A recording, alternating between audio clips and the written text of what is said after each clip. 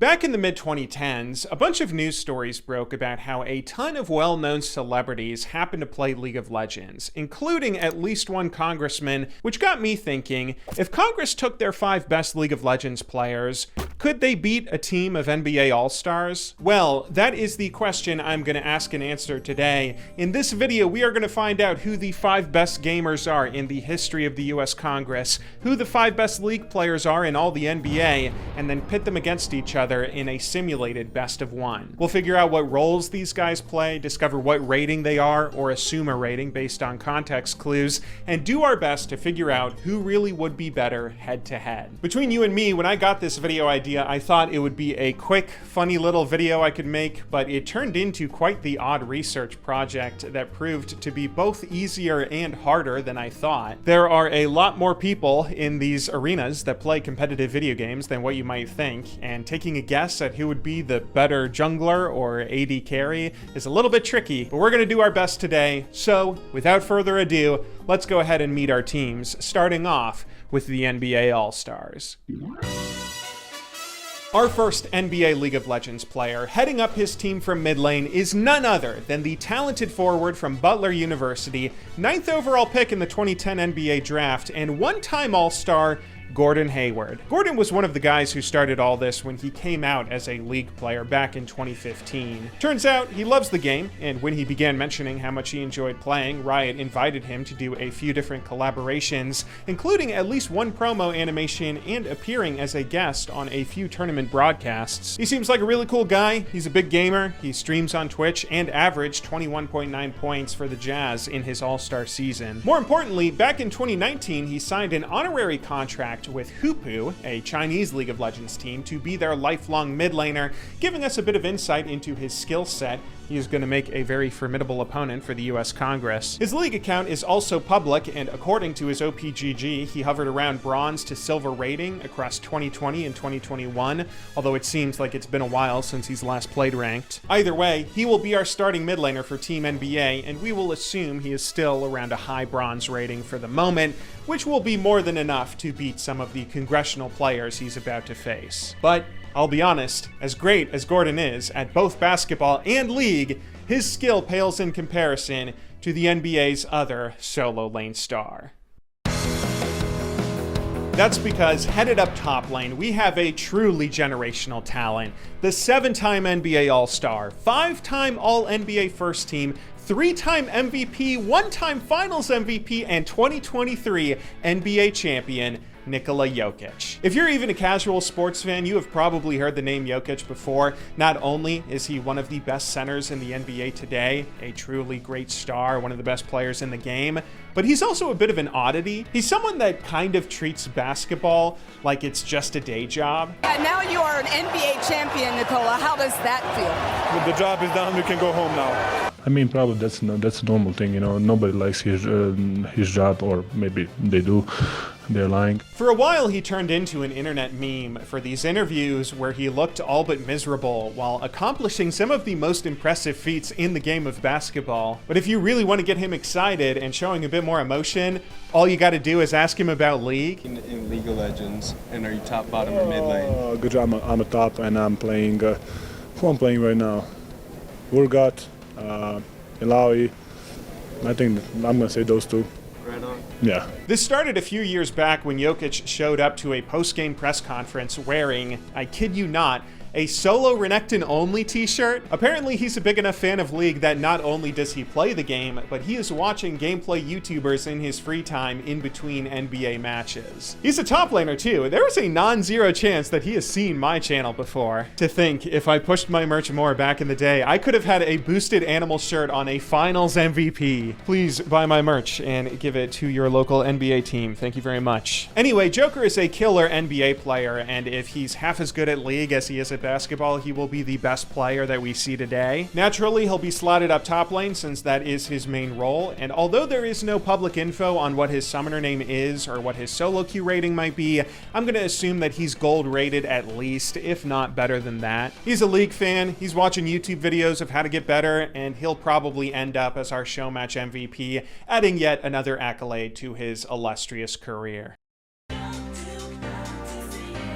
Coming up next is the team's jungler, who will be none other than the legendary 6'7" forward, first team All-ACC and 3-time NBA champion, Rick Fox, whose story has been told a few times in the League scene already by now. For those who don't know, Rick started getting involved with League through his son back in the early 2010s. What started as a way for a dad and his kid to bond turned into Rick becoming incredibly active in the esports scene as a whole. In December of 2015, he went so far as to purchase Gravity Esports LCS slot and started his own esports club named Echo Fox. Echo Fox competed in the LCS from 2016 to 2019, getting as high as a second place finish in the spring regular season of 2018. But more importantly, Rick clearly loved League of Legends overall. He was bringing it up in outside interviews, turning himself into an ambassador for esports across North America in a really cool way.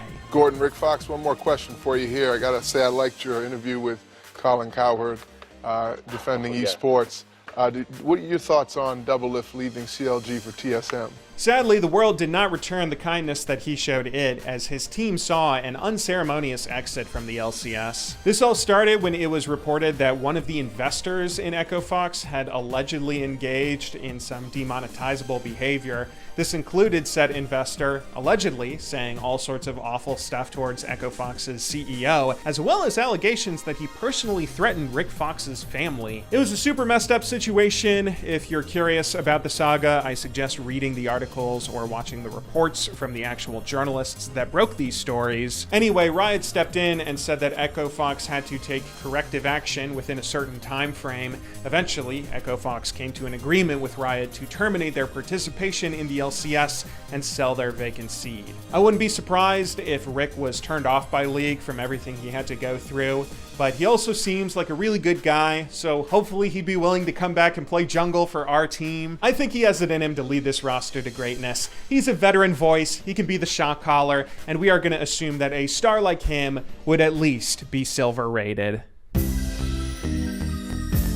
Up next is the team's AD carry, and now is where we are going to have to make a few reaches in drafting players. As time went on and it became less socially acceptable to come out as a League player, fewer NBA players and congresspeople have admitted to playing the game. However, there are still some really great esports stars available to us in this draft, including the CBA All-Star and 2019 NBA champion, Jeremy Lin. Although Mr. Linsanity hasn't played League, to my knowledge, he's a huge fan of Dota 2, and that skill set should transfer over pretty well. I'm going to assume that someone used to creep denial would be able to play League of Legends at a decent enough mechanical level that he would make a solid starting AD carry for this team. According to a 2016 ESPN article, Jeremy had a 4K MMR rating in Dota 2 at the time, which I'm not entirely familiar with Dota's rating system, but that would apparently make him a pretty impressive player, seeing as he would be changing games to come over to League, and that rating was from 9 years ago though. I'm going to assume that he would not be at his peak skill. Between learning a new title, new characters, new mechanics, and all the time that's passed, we'll say that Jeremy would be maybe a high silver rating for now, although he should still make for a great AD carry on Team NBA. Dota 2 fans, please leave your comments flaming me for calling 4K MMR Dota players silver in League of Legends. Thank you very much. Lastly, we have to fill out this team with a support player, and we're going to pull out a wild card here by drafting the entire lineup of the 1999 NBA champion San Antonio Spurs. So during the 4-1 rout the Spurs had of the Knicks that season, San Antonio was known to play StarCraft Brood War matches in between every one of their games, including on their flights between New York and San Antonio. When it comes to who the best player was on this team, we could just take Tim Duncan for the name recognition, but a bit of research suggests the two-time All-Star Sean Elliott was the best StarCraft player among them. However, just because you are good at StarCraft doesn't mean you are good at League, so I'm going to be fair and just draft the entire team to fill out the roster. They can fight amongst themselves for the last spot in our starting lineup. As for rating, StarCraft players have historically looked down on how simple League of Legends is compared to the RTS genre, but it hasn't always been easy for them to transition over, so we will assume that there is a solid low to to mid-silver rating for whoever ends up as the starter for our team. But regardless, that fills out Team NBA. We have Jokic in the top lane, Rick Fox in jungle, Gordon Hayward mid, Jeremy Lin at AD carry, and the 1999 San Antonio Spurs at support. That's a formidable roster made up entirely of players who have confirmed first-hand experience with esports titles, 4 of them specifically with MOBAs. But the real question is, how would they stack up when facing the best gamers in the history of Congress? Coming in as our first pick for Team Congress, we have the man who started it all, Princeton University grad, 5-time representative from Colorado's 2nd Congressional District, and the current governor of Colorado, Jared Polis. Just like Gordon Hayward, Jared Polis was the big featured name who came out as a League player back in 2015, stirring up a bunch of articles. He was featured in a few Riot promos, and apparently still stays relatively active within the scene, showing up to the odd Colorado LAN. Hilariously enough, he got in a bit of controversy because of his appearance in these Riot promos. Some sort of ethics people thought that it was unbecoming of a congressman to show support for a video game because that meant he was using his office to implicitly endorse a private company. Gamers, man, always being persecuted. But anyway, the real question is, what rating was Jared? This is a problem we're going to run into when it comes to Team Congress, because not only are there fewer gamers in Congress compared to the NBA, but those who are gamers have less time to play games since they're busy doing that whole running the country thing. I couldn't find a definitive rating or confirmed account for Jared, but we are going to assume that he doesn't quite have the same amount of time to dedicate to League and would maybe hover around high bronze, low silver. He's someone who's played League for over 10 years now, so he should be able to reach at least bronze, and we're going to stick him up top lane. Top is a role that's isolated enough that even if he feeds Jokic, Congress should still be able to come back from that. Still, it's a good start with a knowledgeable League player here, because most of Team Congress will be hovering around that bronze rating at best, except for the one superstar carry who I hope will take this team to victory. That is going to be our mid laner, the 4-time and current representative for New York's 14th Congressional District, champion of the people, and youngest woman to ever serve in the House of Representatives, Alexandria Ocasio-Cortez. So yeah, AOC is a League of Legends player, if you didn't already know, and not only that, she is a recent fan of League. She came out back in 2019 when she posted on her Instagram story that she managed to climb from bronze to silver. Later, she confirmed again that her climb had continued all the way up to at least silver 3 as of July 2020. Whether you love or hate her politics, you gotta respect the grind. She's confirmed to be a support main, or at least was back in 2020, with a pretty diverse champion pool, but we're going to be sticking her on mid lane because we need an actual League player who is a true gamer to carry Team Congress, and I believe she's our ace in the hole. I'm also going to assume that she has kept playing League in the past 5 years and has climbed at least up to a solid gold rating. I mean, it's not like she's been busy doing other more important things recently, right? So AOC, I believe in one dream of you carrying this team to a clean and easy stop, but the rest of your team is not going to be able to help you out much. This is where we run out of Congress people who admit to having played League of Legends, sadly, so we're going to have to find some non-MOBA gamers to fill out the rest of our roster, but there are still some stars out there. Namely, coming in as our jungler, we are going to be rolling with the former state representative, 2-time congressman representing Georgia's 9th Congressional District, and the current Secretary of Veteran Affairs in the President's Cabinet, Doug Collins. Now, I know what you're thinking. An old Republican dad isn't the sort of person that you would imagine would be a good League of Legends player. But as reported by Politico, Doug is a bit of a gamer, at least so far, in that he has played quite a bit of Madden and MLB The Show up against his sons as they were growing up. And I know sports games are kind of looked down on in more general PC gaming audiences, but if any gaming genre out there has the level of toxicity and rage the MOBA genre has, it's got to be multiplayer sports games. I believe in Doug. We got to get some right-wing politicians in here to build a coalition team government, and he is potentially the best Republican gamer I can find. He has some experience in multiplayer competitive gaming. He's not completely new, so we're going to be rolling with him as our jungler, where he can just power farm camps if the top-down MOBA world is too intimidating for him. But even so, as much as he might have played video games before, he's clearly not the team's best, so we will assume an iron rating. At AD carry, we're going to go for another reach and select John Lovett to head up our bot lane. This is a reach because John is not a member of Congress and never has been, but he was a congressional staffer who worked as a speechwriter for multiple politicians. First, in 2005, he joined then-Senator Hillary Clinton's staff before going on to work as a speechwriter for President Obama the first 3 years of his first presidential term. Since then, John has gone on to co-found Crooked Media. He's one of the hosts on Pod Save America. He was a contestant on Survivor, apparently, but more importantly than all of that, he is a capital G gamer. John has stated multiple times he's a huge fan of a variety of games. He's played Diablo 4, Outer Wilds, and Shadow of the Colossus. That's a deeper cut. You are a real gamer if you cite Shadow of the Colossus as one of your favorite games, at least compared to some of the people we're about to get to. I assume if John put his best foot forward, he's young, he's smart, he should be able to play AD carry for our team, and if he really applies himself, I think he could get low silver rating. I know he's not a member of Congress currently, and that might invalidate his inclusion on this team, but we need a starting AD carry, and he's worked as a staffer on the Hill. He has political experience. John, if you want to run for Congress to make this video more respectable, I am sure you would make an excellent candidate. Please consider doing so. And in the meantime, go practice some Vayne.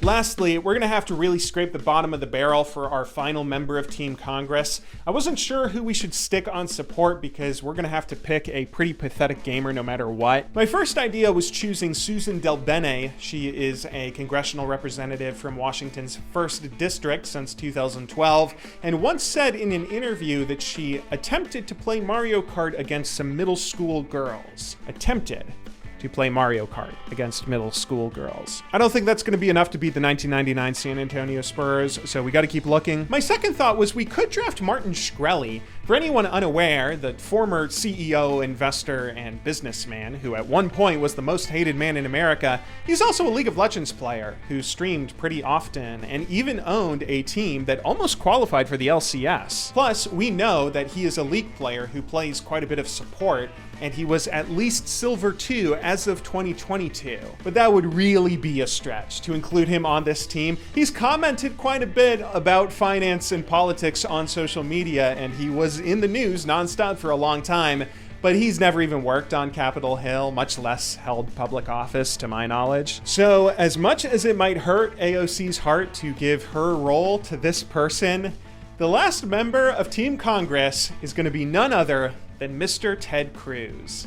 Senator Cruz, what do you think about the Minecraft update? You play Minecraft? You like the Minecraft update? I play a lot of video games, but not Minecraft, unfortunately. Understood. Have a good night, sir.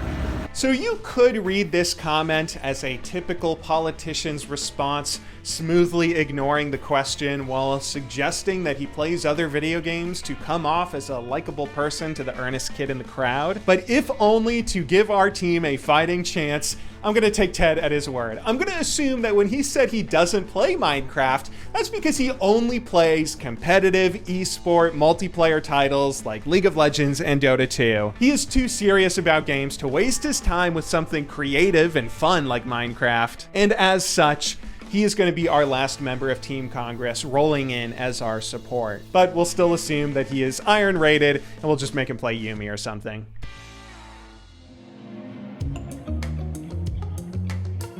So those are our teams, and now it is time to figure out who would beat who. The way we're going to do this is we are going to run a simulation of one match of League of Legends broken up into 3 phases: early game, mid game, and late game. Based on our assumed skill level of each matchup, we're going to assign a percentage likelihood of each player winning lane before running a little RNG machine to give us a result and see who actually wins. To use an example, if we say that player A has a 40% chance to win early game against player B, then we'll roll a number between 1 and 40, anything 40 and under, and player A wins, anything 41 and above, and player B wins, with the further the number being from that 40 mark, determining how hard they win lane. We'll do this once for early game and then make a little assumption of what players' KDAs might be based on those results, and then adjust the probabilities for mid game before combining everyone's results together for one final late game team fight to simulate and pick a winner. I realize this is not very scientific and a bit arbitrary, by the way. we're basically role-playing here, but this is the only way we can do this. I do not actually have it in my power to get these 5 members of Congress and NBA players together for a show match. If this is confusing at all, just watch and you should catch on pretty fast. Starting off with top lane, we have Jared Polis versus Nikola Jokic, high bronze versus gold, a pretty lopsided matchup, but considering that Jared might have actually been playing League even longer than Jokic, I'm going to give him a little bit of a bump. We'll say there's a 30% chance Jared wins lane, 70% chance for Jokic. So anything our RNG hits that is 30 and lower would be a victory for Team Congress. 31 and higher would be a victory for Team NBA. Well, there we go, starting off strong for Congress. Jared hits a 7, which I think means he wins lane and probably wins it pretty hard. Let's say there's a lucky level 2 power spike and Jared hits it to get an early solo kill that he uses to snowball a few more kills for his team as Jokic struggles to deal with the counter. A very nice start for Team Congress, but let's see how jungle goes. We now have Collins versus Fox, Iron versus Silver, a pretty big skill discrepancy, and Collins might be way out of his depth here compared to Fox at least. So let's say that he has a 15% chance of winning just through AFK farming his own jungle. 85% chance though that Fox crushes the congressman from Georgia. So anything 15 or under is a victory for Congress. Ooh. And Fox absolutely demolishes Collins. I thought the congressman had something in him, but he's just way out of his depth. Fox not only solo kills Collins multiple times in the jungle, but he also counter jungles him really hard, setting Team Congress pretty far behind. Good thing they are at least winning top lane without the jungle's help. Next up is mid lane. Okay, here is our big matchup. AOC versus Gordon Hayward, gold versus high bronze. This is the only one I am giving the edge to Congress for. The ratings are the same as top lane, but flipped, so let's roll with those same odds. 70% chance AOC wins, 30% chance Hayward. Anything a 70 and under would be a win for Team Congress. Boom! There we go. AOC coming in clutch. She manages to outplay Gordon Hayward both in CS and picking up at least a few solo kills. A 22 hit's pretty crazy, and thank God for that. So the 2 solo lanes are winning for Congress. Maybe we'll ease off on the KDAs getting too out of control because Fox would probably be able to help out his laners a little bit, but it is still a definitive victory for Team Congress. Down at 80 carry now, we have Lovett versus Lynn. Low silver versus high silver, so nearly 50-50, but let's give a slight edge to Lynn. 45-55, anything 45 or below would be a victory for Congress.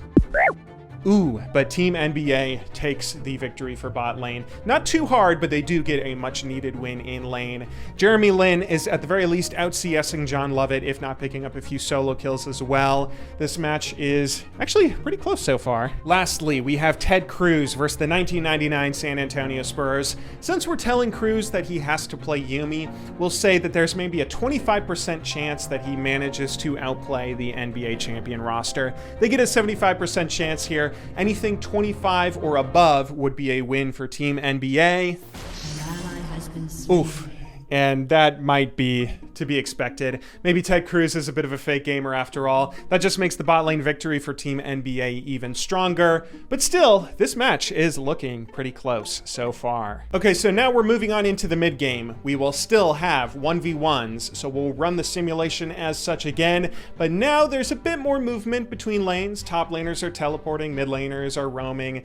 Doug Collins is probably just trying to catch up on farm in jungle. Up top, Polis won early game, but Jokic is still probably the more talented player. So let's say it's a 40-60 split. 60% chance Jokic pulls out the lane, 40% chance Polis keeps his snowball rolling. So if we roll a number 40 or below, victory for Team Congress. Holy hell, Jared pulling it out for Team Congress. I assume since Jokic was an NBA champion, he would wipe the floor with Polis, but Jared, I mean, he has probably honestly been playing League longer. Jared manages to extend his lead, getting more kills. Let's say 1 kill top lane, as well as some TP kills in helping out bot as well. But how does Doug Collins survive in the jungle? Now that this is even more lopsided, let's say that it's a 10% chance that he manages to just survive by farming creeps, with a 90% chance that Fox extends his lead uninhibited. Anything 10 or below is a victory for Doug. Oh my word, 79. That's pretty rough. Okay, we'll say that Collins only dies 2 more times himself, but he is just such a non-factor in the game now. Fox is out jungling him even more, getting 2 more big kills on Polis top and AOC mid, getting some much needed shutdown gold for Team NBA. Sorry AOC, Doug ruined your KDA, take it up with the president's cabinet. Speaking of that, let's see how AOC does against Hayward here in the mid game. AOC has a healthy lead, but with Rick Fox supporting from the jungle, let's say she just has another 70-30 split chance to hold on to her snowball. So anything 70 and under and she wins. Ooh, okay, she does, but not by too much. Let's say she picks up 1 more solo kill and then another kill elsewhere, maybe from Rick Fox overextending on a gank or something. Things are really close. Closer than I thought they would be. We're starting to get pretty near late game at this point. Now down to bot lane. Can John Lovett recapture his gamer cred against Jeremy Lin? Well, with him losing the early game, let's say it's a 35-65 chance. Anything that's a 35 or lower and Lovett farms well, maybe turns things around, anything above that, and Jeremy starts running away with the lane. Whoa, an 8! There we go, John. Okay, Lovett bringing back the lane. I think that's a good enough score to say that he does it. He farms well and maybe picks up a double kill bot lane, plus another stray kill to keep himself in this game. Although we will say that Jeremy keeps sitting on pretty great farm and a positive KDA as well. Now the real question, can Ted Cruz redeem his abysmal early game performance against the Spurs? I'm only giving him a 10% chance to do so. Anything 11 or higher, and he continues to feed. Enemy rampage. Okay, 53. The snowball in support continues onward. God, Ted, how are you feeding on Yuumi? All right, this isn't super realistic that a support would be inting bot lane while the AD carry is pulling things back, I guess. Let's say he dies a few more times when he accidentally disengages from his AD carry, but those are on Jokic TP ganking and maybe Cruz getting 1v1 by the Spurs in support, so the AD carries are still pretty neck and neck. All right, even with those bumps, this is starting to shape up pretty well. I'm liking this. This is looking like a typical league game, to me at least. You have some players who are playing very well, while other people are feeding nonstop and can't figure out what they're doing. In total right now, Congress has 19 kills to the NBA's 22, although a lot of the NBA's gold is stacked on Rick Fox, who continues to be amazing for the league scene, even though he is not in the league scene in real life anymore. Big surprises, Jokic getting too overconfident against Colorado's governor, and Jeremy Lin not quite getting the upper hand on Obama's speechwriter, even though he is 4K MMR in Dota. I'd say if this were a game that I was in, I would actually give the slight edge to Team Congress, with most of their gold apparently on the solo lanes and carries. You know, a feeding jungler and support, that shouldn't drag them down too hard at this point. But we have to be honest, Team NBA is more talented. I think they still have an edge going into the late game here. So we're gonna run one last RNG poll, and we will say the teams are grouping up around Baron. They both think they can take it, but since it's getting so late in the game, a big fight will see one side ace the other and push down the base to pull out the win. And I'm gonna say, Congress, you have played well, so you have a 45% chance of winning this final team fight. Team NBA has a 55% chance of using their talent to close out the game and still getting the win. But if we can get one final lucky RNG poll, any number that's 45 or below, and Team Congress wins it all, say your Pledge of Allegiances if you are polling for Capitol Hill, because it all comes down to this.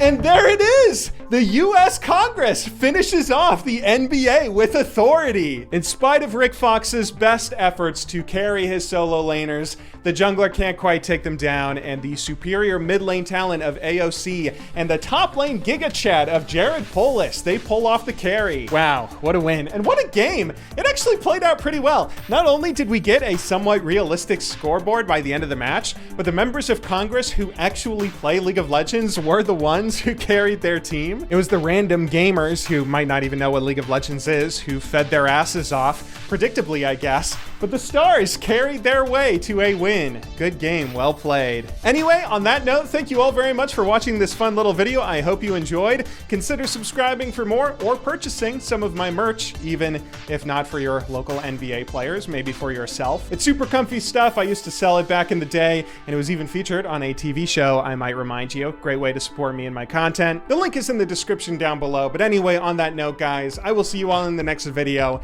Until then, Thanks again for watching. Good luck in solo queue, and have a wonderful day.